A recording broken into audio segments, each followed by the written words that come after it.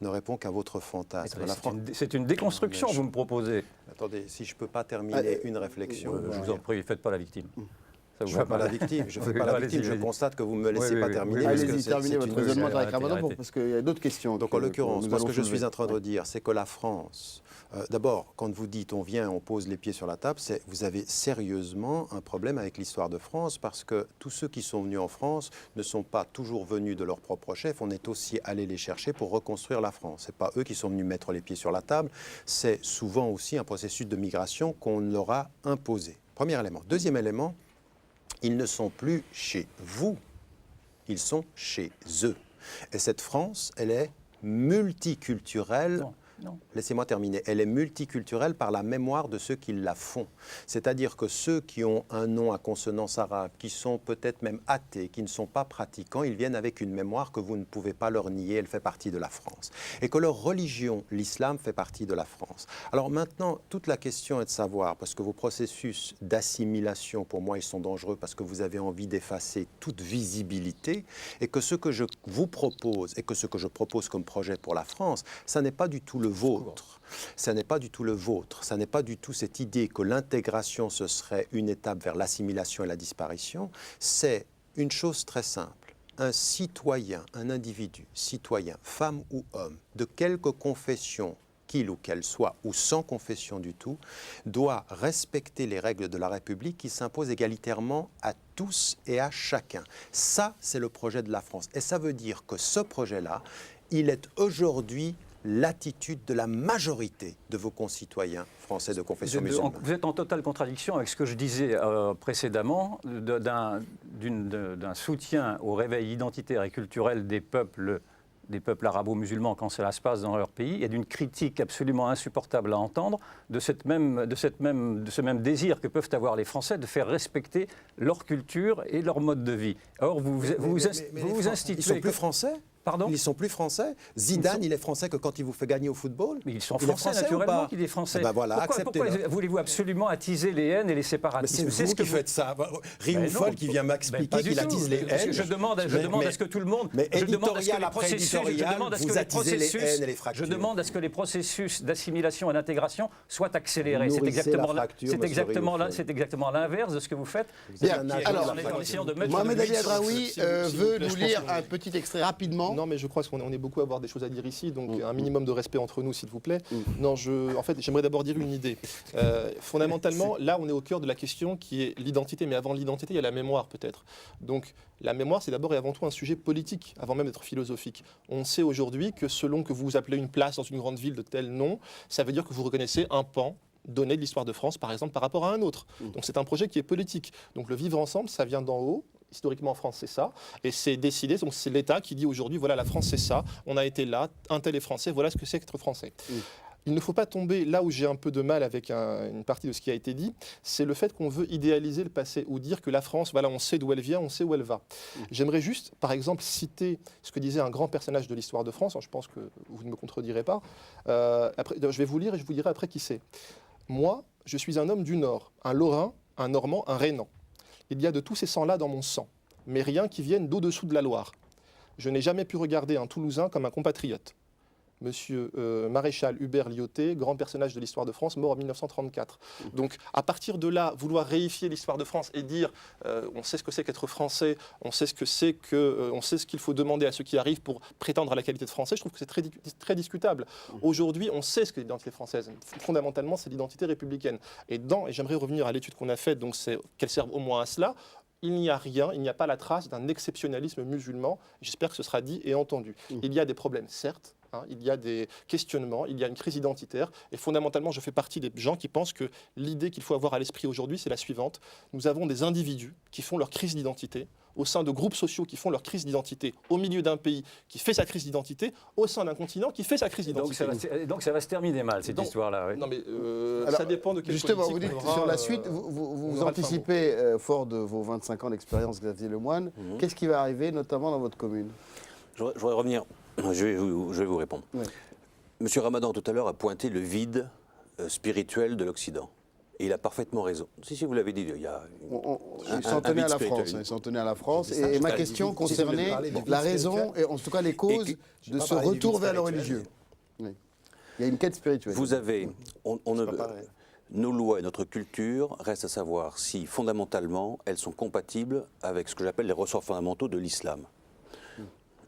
L'islam, c'est bien plus qu'une religion puisque c'est une foi et une loi.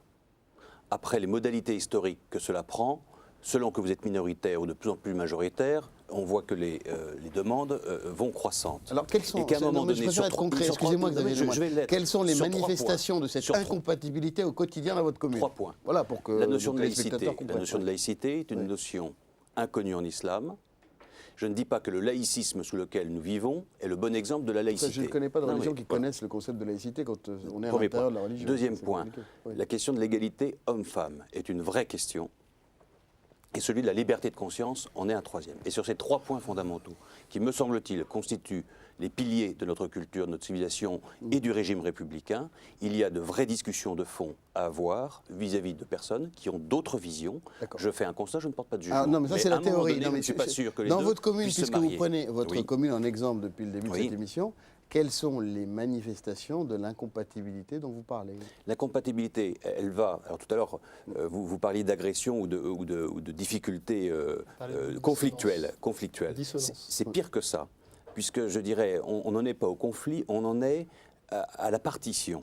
Et quand je disais tout à l'heure que les communautés s'organisent de plus en plus en autarcie, ça se fait en silence. Et finalement, on substitue. Mais la partition, ça veut dire l'un contre l'autre Non, c'est plus subtil que ça. Ah. Si c'était l'un contre l'autre, je pense que ça éveillerait la conscience des Français, du pays. Donc et c'est que- sournois un peu. Oui, quand c'est même. beaucoup plus sournois, puisque finalement, c'est une vie sociale qui disparaît au profit d'une autre qui se reconstitue sur des périmétries qui sont totalement différentes et qui sont ethniques et religieuses et culturelles. Voilà. Bien. Et donc, on substitue à un pays qui avait des relations. Je prends un exemple tout bête. En plein pavillonnaire, j'ai une école. Au début d'année, le bureau des parents d'élèves décide de faire un petit barbecue pour avoir un peu d'argent pour faciliter les sorties des élèves. Parfait.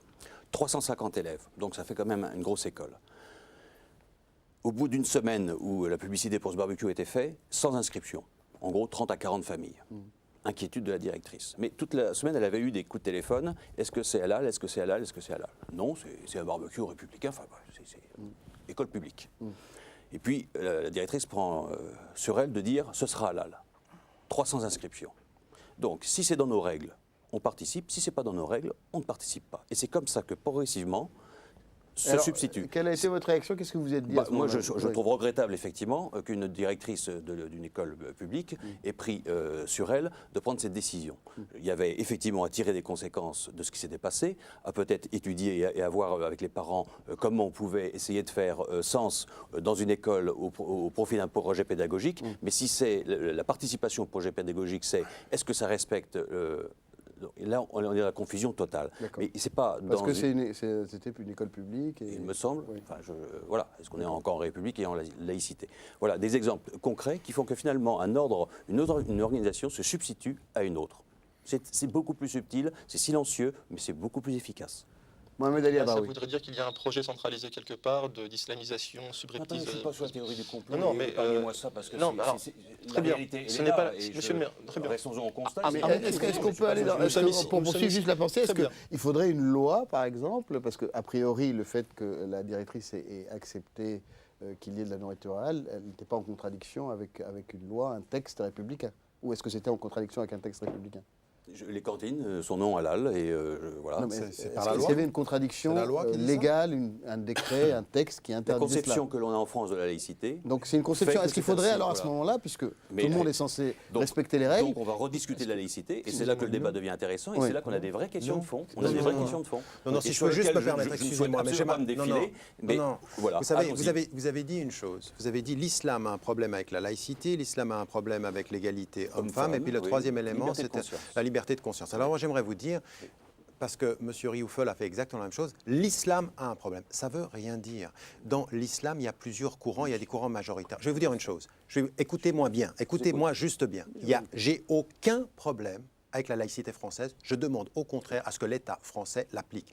L'égalité homme-femme, laissez-moi terminer, parce que si il suffit de m'écouter avec un sourire narquois pour me laisser entendre que je ne suis pas sincère dans ce que je dis, il n'y a plus de discussion.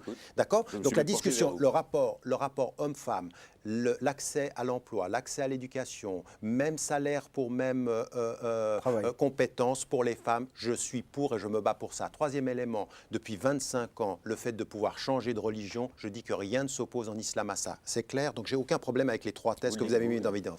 Mais il y a une autre question, c'est que vous ne parlez pas de la laïcité, vous parlez d'une certaine conception de la laïcité en disant, eh bien, quand des familles qui sont musulmanes, elles ne mangent pas de viande qui ne soit pas halal, eh bien, on fait un barbecue. Alors, on a 2 solutions. On fait un barbecue, on appelle ça la laïcité. Le barbecue républicain n'est pas halal. Mais ça, c'est une certaine conception de la laïcité. Parce que la laïcité, comme il a été... La question, elle est légitime. Est-ce qu'il y a quelque chose dans la loi française qui s'oppose à ce qu'une école se dise si on veut le maximum de parents, eh ben on l'ouvre. Ça se passe dans tous les pays du monde. Pourquoi dans votre cité, ça poserait un problème? Vous savez ce qu'il aurait fallu faire? Leur offrir du poisson. Mohamed El Hadraoui. Oui, si je peux revenir à l'étude, s'il vous plaît. Donc, dans la continuité de ce que disait Monsieur le maire, on a posé, par exemple, quand il disait qu'il y a des communautés. Après, il faut toujours définir ce que c'est qu'une communauté. Est-ce que les gens se voient comme appartenant à une communauté? Donc, c'est pas aussi Disons que c'est à évident partir, pour pas rentrer dans des choses trop compliquées, mais c'est à partir de leur foi, de leur appartenance religieuse qu'ils ont pris une position par rapport à ce fameux barbecue. Voilà. On dit finalement, on vient s'il y a un respect de notre tradition et si la nourriture est halal. Alors justement, la question du halal fait l'objet d'un éclairage assez important dans l'étude. Dans votre rapport, oui. Il y a beaucoup de personnes qui citent cet élément, le halal, donc qui veut dire en arabe ce qui est, pour schématiser, ce qui est permis, ce qui est autorisé, donc ce qui est voire légitime. C'est important. Donc là, par exemple, vous parlez de la nourriture, de l'aspect alimentaire, des choses voire culinaires. Le halal, par exemple, certaines personnes, d'après leurs réponses, l'ont compris comme être dans le halal, c'est se marier, par exemple. C'est être dans une logique maritale, n'est-ce pas, qui est religieusement agréée. D'autres personnes l'ont compris comme le fait d'être... On va pas tout décliner. C'est important, non mais c'est important, parce que là, on a l'impression que c'est l'assiette tout de suite. Mais comprenez bien que le sujet, c'est pas vraiment rentrer profondément dans les règles de l'islam, mais comprendre est-ce que cette pratique religieuse visible qui gêne un certain nombre de concitoyens. D'ailleurs, on va faire une petite pause parce qu'on va voir en quoi excusez-moi de vous interrompre, mais on va voir en quoi cette visibilité de la pratique a entraîné un certain nombre de débats, y compris politiques, très très intenses. Regardez. Chaque vendredi, devant la mosquée Al-Fat, c'est le même rituel. 2 heures avant la grande prière, des responsables nettoient les trottoirs, déposent de grands tapis sur le bitume et installent les premières barrières. Cette petite mosquée parisienne s'apprête à recevoir des milliers de fidèles qui vont devoir rester dans la rue, faute de place. La capacité, elle était prévue pour 300-400 personnes. Mais là, on arrive peut-être à en mettre autour de 800 1000 personnes ici. Vous verrez, les gens sont les uns sur les autres comme des sardines. Et du coup, ils sont obligés de prier dehors alors? C'est pour ça que ça déborde sur l'extérieur. La même salle, à l'heure de la prière, pleine à craquer. Dehors, les fidèles s'étalent sur toute la longueur des rues environnantes, jusqu'au boulevard Barbès.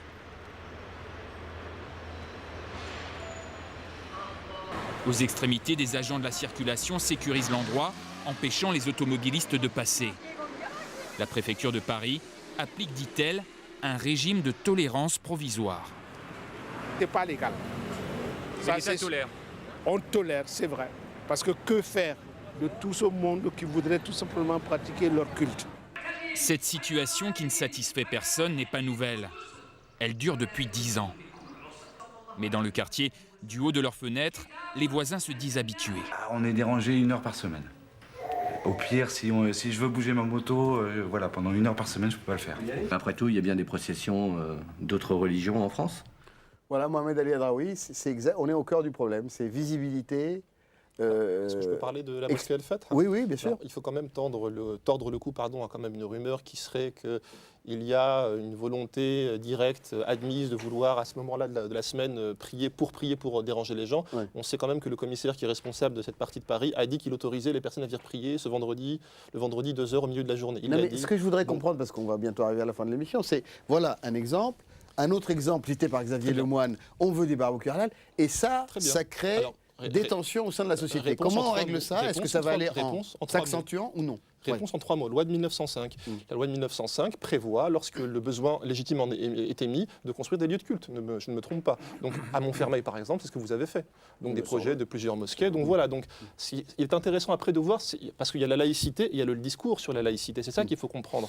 Le port du voile, certaines personnes peuvent être contre, peuvent être neutres, peuvent être pour. Oui. Il y a aujourd'hui une liberté de conscience, donc personne n'a à remettre en cause le droit de porter le voile. Bon, l'école, c'était autre chose. Bon, on ne va pas refaire le débat. Donc, la réponse, elle est simple, c'est la loi. Et j'aimerais revenir à l'étude. Personne n'a remis en cause le fait de discuter ou de délégitimer la loi de 1905. Ce qui est remis en cause dans la bouche d'un certain nombre d'interviewés, c'est le fait qu'on se sert de la laïcité pour stigmatiser les